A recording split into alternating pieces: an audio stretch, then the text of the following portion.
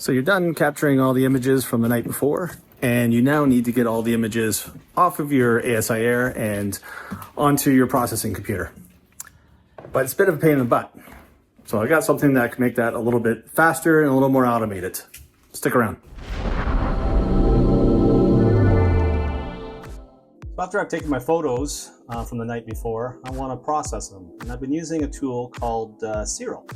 It's free, and it's supposed to be similar to PixInsight, and I've been learning it over the last few weeks or months even.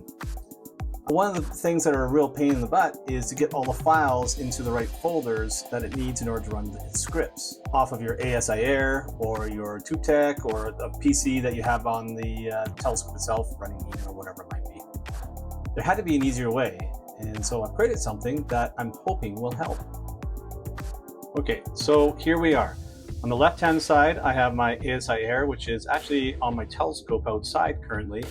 And then on the right side is where I want to store the images so that SIRIL can find them. And if we look on the right side here, look at this M57 project, we'll see that there's a bunch of folders here, but the key ones are the biases, darks, and because I'm doing narrowband imagery, it's HSO, so the hydrogen, oxygen, and sulfur.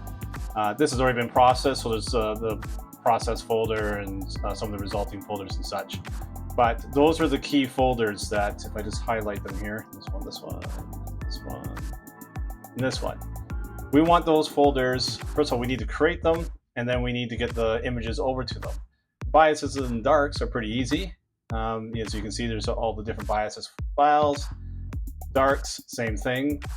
There's going to be different flats for each of the different filters, right? So we're going to have our flats and our lights. So they need to be separated as well. So in here will be all the flats for my hydrogen alpha and all my lights. So to do all that, plus we need to do over here in the oxygen, and we got to do over here in sulfur. It's not hard, it's just a bit of a pain in the butt when all your images are in different kind of format. So on the left side here, I have my ASIAIR.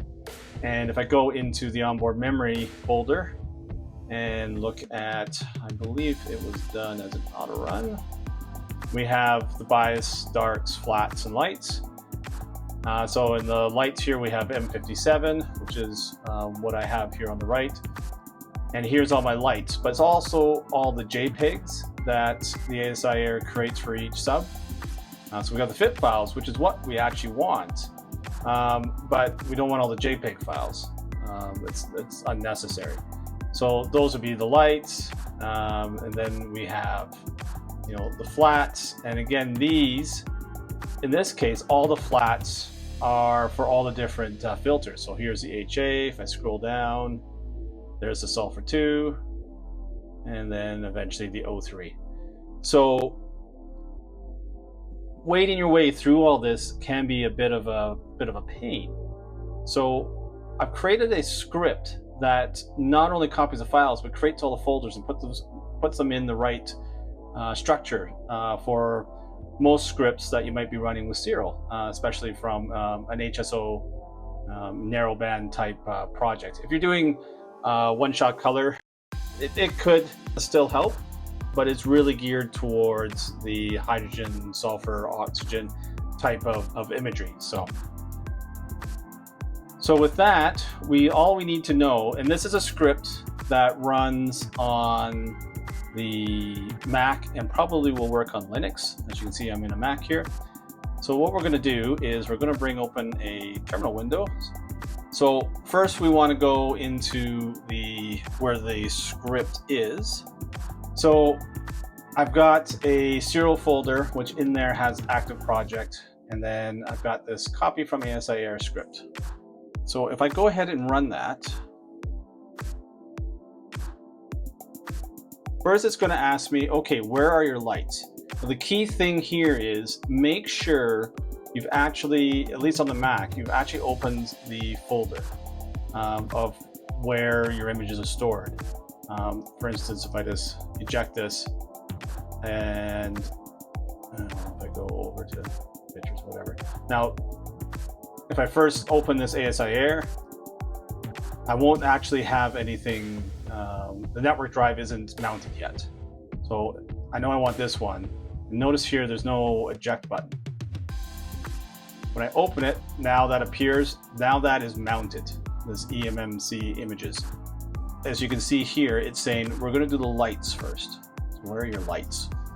Go 1, and then it's just basically going to go into all the different folder structures. You can go back by hitting B. So let's go into eMMC, and then it was an auto run. It was going to lights, and here it's got the list of the folders that you have in there. In this case, we only got the one, which is M57.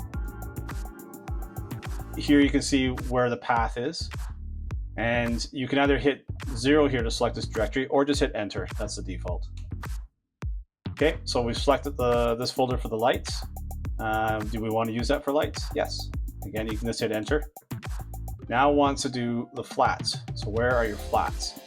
And notice here, it's not really caring which filter. It's going to figure that out based off of the file name that ASIAIR creates. So again, into the auto run, flats, and that's it. Just to select that folder. Now we want to do the darks. Again, pretty easy. Go again into the eMMC, auto run, dark, and hit enter. We selected the darks. And then one last time is the biases, which is indicated there. Auto run, bias. Enter, and we've selected it. Gives you a quick summary of what you've selected. Here's where your lights are, flats, darks, biases. And then it has a destination. So for me, I've automatically set this folder path in the script. I'll show you how you can change that in a bit. But notice here that it says M57_2. I've made it smart enough that if it finds a folder that already exists, is that it'll create a new folder and just append _1, _2. As you can see up here, I've already done it once. So this will create a second one. And it says, do you want to proceed with copying all the fit files? Yeah, let's hit enter. And as you can see up here, it's already created the M57_2. And it's going to copy the lights. And yeah, so now it's just a good time to go grab a coffee and let it do its thing and come back when it's done.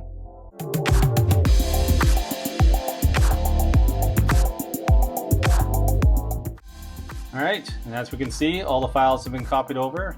Again, tells us where to put it. And the script is done. Now if we go in here and have a look, it's created all the folders for us. So here's all of our bias and all of our darks, hydrogen alpha, flats. You'll see here, just span that over. See here, hydrogen alpha, that's all we got. And the lights. Again, the hydrogen alpha there.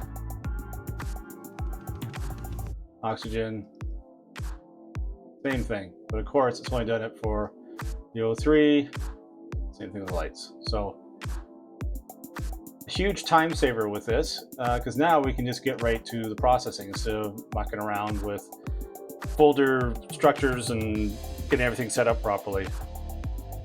Okay, I'll show you how to edit those that default location. I'm just going to use nano. Copy from ASIAIR.sh. At the very top here, this is where you start from, so /volume, so that might change, especially if you're on Linux. And then this is where you want things to go. Home is just your home directory for your computer. That's automatic. That's set in the system. But of course, you could just change this to whatever path,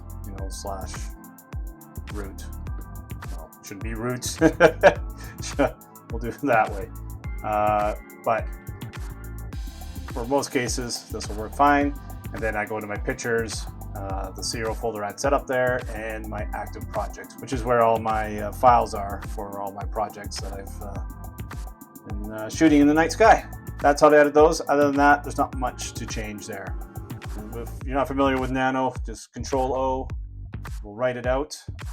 I'm not going to actually do that. I'm going to hit cancel. And then once you've written it out, you can exit and you're done. So there you go. All your files are now on your computer, ready for stacking and processing. The script is obviously only going to work for Mac and probably for Linux now. If there's enough interest in the Windows version, please post down below in the comments, and I'll look at creating a version for that. As far as the script itself goes, you'll be able to find that in the link below in the description. The script itself is free to use. Please feel free to make any changes. I'd love to hear what changes you might have made or any improvements.